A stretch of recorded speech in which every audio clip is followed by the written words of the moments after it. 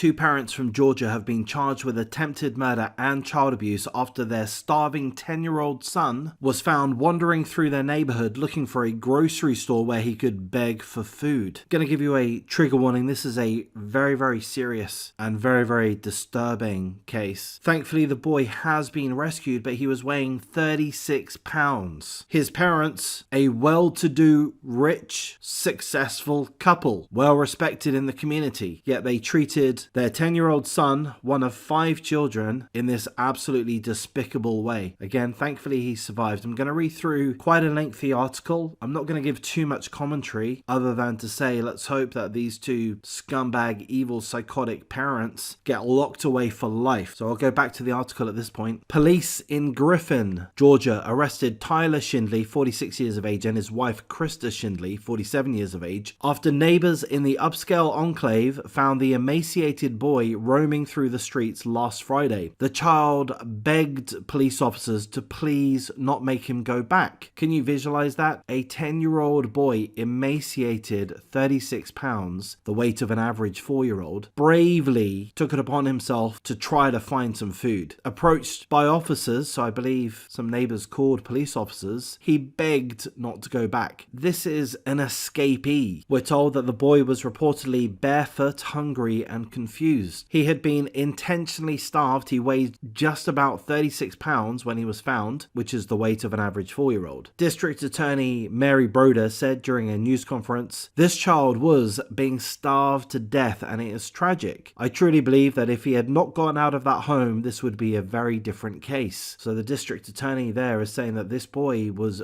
extremely close to death. And again, I'm going to repeat myself. He bravely escaped from his home, escaped from his own parents. Can you imagine? Barefoot, hungry, confused. Hungry is not the right word. Starving, emaciated, at death's door. There's something inside this 10-year-old that is incredibly strong. So the district attorney said, "This case is just disturbing. It's heartbreaking. As a mother, I can't comprehend it. As a human being, it breaks your heart." We aren't releasing any photos of this child for obvious reasons, but I will tell you the photos are absolutely horrible, and anybody with a human heart who looks at them would be shaken to their core. We've seen images of starving children, those from poor countries, Ethiopia, Jewish victims of the Holocaust starved in concentration camps, skeletal figures. We have seen these before, these images, and they're obviously incredibly disturbing and shocking, and perhaps more so in this situation given the wealth of the parents. Not only do they live in America, a so-called first world country, but they live in an extremely nice house. They're both, the husband and wife are both in favorable employment, managers of a spa, one of them, and the other manager of an Under Armour store. These are well-paid, well-off, well-respected members of the community that get to go on skiing holidays, dine at fine restaurants, live a grand old life, and they purposefully and knowingly starved their 10-year-old son. I gotta say, these two have to be infested by the devil. I don't typically use such terms like that, but if you're going to say that some people are possessed by the devil, then these two fit the bill. Absolutely, they tick every box. Well off, well respected, affluent, able to support a number of children. They have 5 children, and yet they choose to starve their 10-year-old son, very close to the point of death. So back to the article. The parents were accused of locking the child inside his bedroom and leaving him alone at the house for extended periods of time and on multiple occasions, with no access to lights, no access to food, clothing, or adult interaction or adult assistance. No lights, no food, no clothing, left alone for extended periods of time. So basically a prisoner. I used the term escapee earlier. He was a prisoner in his own home, his family's home. From time to time we might use that terminology flippantly. We're a prisoner of this situation and that situation. In this case, this boy was literally a prisoner being starved to death in his parents' affluent home. The couple also allegedly withheld hot water, toilet paper, and views of the outdoors. That is torture. They're trying to, or they were, torturing their son in as many different ways as you can imagine. At one point, it is believed they beat the 10-year-old, causing further injuries. Again, these two must be possessed by the devil. If anybody is possessed by the devil, if we're to believe in such concepts, that's not a concept that I typically refer to, but it just fits in this situation. The abuse is believed to have occurred occurred for at least 3 years beginning in May 2020. So I'm going to comment on that. That boggles my mind a little. So the young boy was treated perfectly fine up until that age. What the heck happened at that age? What happened in May 2020 for this boy to go from being treated normally to face this level of abuse? I don't know if I believe that. I would kind of assume that this boy would have been on the brunt of whatever abuse throughout his life. Perhaps it got worse, increasingly worse, but I doubt these two scumbags loved this boy at any point. To be able to treat him like this? According to officials, the boy was one of 5 siblings living in the home. He was not the oldest nor the youngest. Authorities did not share information about the conditions of the other children, all of whom were homeschooled, but said that it did seem that the 10-year-old boy was the only one being starved. So we're told that at this point the 4 other children have been placed in the custody of Georgia's Child Services Department. Of course, that's a very good thing. So we hope that they're okay, that they will get the treatment that they're going to need. Medical treatment, perhaps. Psychological treatment, certainly. They grew up knowing, witnessing, seeing, hearing their brother being starved to death, beaten, tortured in various ways, not allowed food, not allowed clothes, not allowed light, left alone for extended periods of time. The only one singled out for starvation, at least. So I have no doubt that the other children also faced awful treatment, abuse, but seemingly not to the severity of the 10-year-old boy. Back to the article. Tyler Shindley voluntarily came into the local police department after his son was found, and he spoke with investigators. His wife, Krista Shindley, was arrested after that, following a separate interview that she had. We're told that the boy was transported to a local hospital where he is being treated for malnutrition and a low heart rate. The child also suffered dental injury and disfiguration as a result of his treatment, which the parents seemingly failed to treat. Okay, so perhaps I've made an error there. So the child also suffered dental injury and disfiguration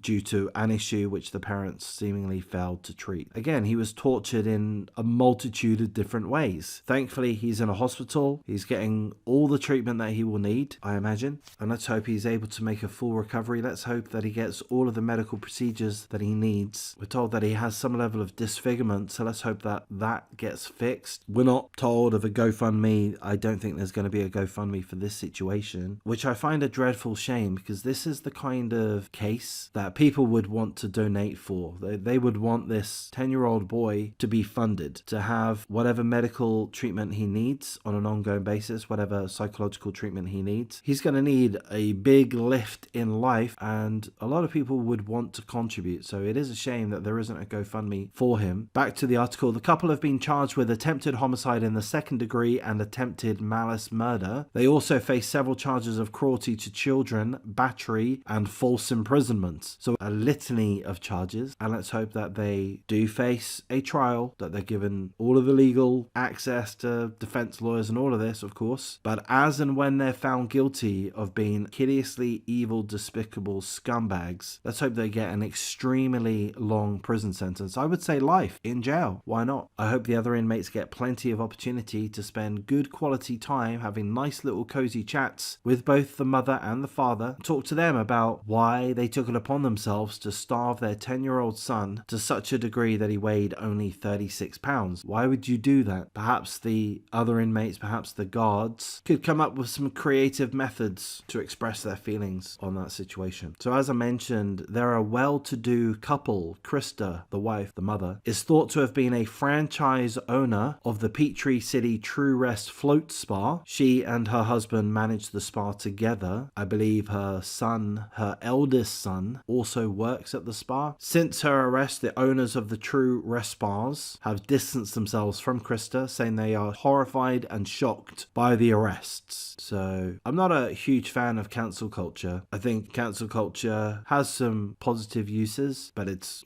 overly abused left, right, and center. But if anywhere is going to be cancelled, I would think that the Peachtree City True Rest Float Spa might be a good starting point. Not the group as a whole, they're the franchise owners, so it's unfair to besmirch the group as a whole. It's not their fault, but that one individual franchise, that one individual premises, well, you wouldn't catch me going there. The father's Facebook page lists him as a manager at an Under Armour store in McDonough, if I pronounce that correctly. So again, they're well-to-do. As a couple, they own the Peachtree City True Rest Float Spa. The husband's a manager at an Under Armour store. Their home is worth around $400,000 $450,000 US, double the amount of other properties in the area. So it's a very nice house by all accounts. Able to live a very nice life, affluence, wealth, thriving business, well-paid employment, yet their 10-year-old son was starved to the point of being 36 pounds. I'm half tempted to suggest that you try to visualize that, a 10-year-old boy weighing 36 pounds, and I'm half tempted to ask you not to, because it's extremely disturbing. I'm glad there aren't any images out there of the boy. Again, he was found barefoot, emaciated, confused. He'd escaped his home. He was begging for food at a grocery store, disfigured due to some issue not being treated properly by his affluent, wealthy parent. The couple's next door neighbor told reporters that she had previously worried about the Shindley children. Here's a quote from the next door neighbor. "The fact that they're my neighbors just made me feel bad, like I should have been more observant." I'm just going to comment on that. I don't wish to blame the neighbor. We don't know what the neighbor was aware of, what they weren't aware of. It seems that she's made an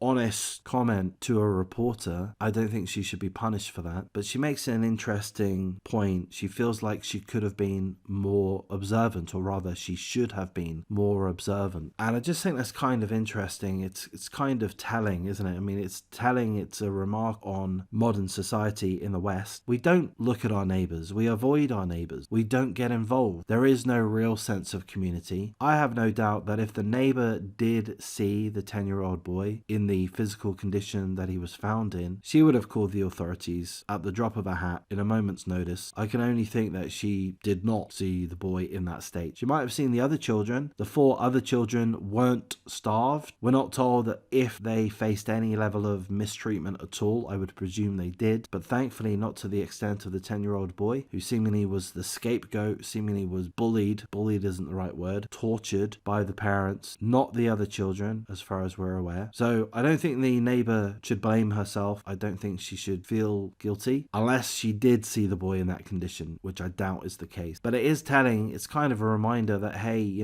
we have lost something, haven't we? Modern society has lost something important, really. We don't give a flying F about our neighbor, by and large. Not entirely true, but to a much larger extent than it used to be, and perhaps more so in some areas than others. We're told in the cities, you're on the subway in New York, London, Sydney, wherever it happens to be. You don't want to be talking to the sardines that you're squished in with. You want to keep your guard up. You want to keep your distance. You don't want to be dragged into their potential mess. Gone on a bit of a tangent there, so I'm going to wrap things up. We're told that the 2 parents are facing a litany of charges, including attempted homicide, attempted malice murder, cruelty to children, battery and false imprisonment. They're due in court on Monday. That may have been the Monday just gone. Again, I hope they face trial. I hope the prosecution have ample evidence, and I have no doubt that they will. I have no doubt that as soon as a jury sees the pictures of the 10-year-old boy in the emaciated state that he was found in, that's it. They're going to be found guilty, and I do hope the judge gives them what they deserve, which I presume the maximum penalty would be life in prison, or decades in prison, like 8 decades, 80 years or something like that, a very, very long time. So I'm going to wrap things up at this point. Let's hope and pray the 10-year-old boy does make a full recovery. If you appreciate the coverage, please do like, comment, subscribe, share the video as you see fit. Consider joining the members. Don't watch too many of my videos. If you've listened to this point, then thank you very much, but you need to stop listening and you need to go away and do something that's going to bring in a little bit of light into your life. I mean that in full sincerity. I personally watch TikTok, I watch YouTube, and I watch a lot of pleasant and fun short videos, like kitten videos, puppy videos, doing silly things like that, just to shake my mindset out of this darkness. I can't dwell on this subject for too long. I have to finish up the video now. I've got to listen to it back to edit it a little bit because I've made a few mistakes, but then I've got to move on mentally, otherwise it just becomes too overbearing. And that's my advice to you. Please don't overly focus on this topic or any other. Do listen to my videos, do subscribe, of course, do share, but check in and check out. You don't need to watch these videos every day. Give yourself a break from these subjects and then come back to them, when you're more mentally inclined to. So I'll wrap things up. Again, thank you very much for your time. Take care.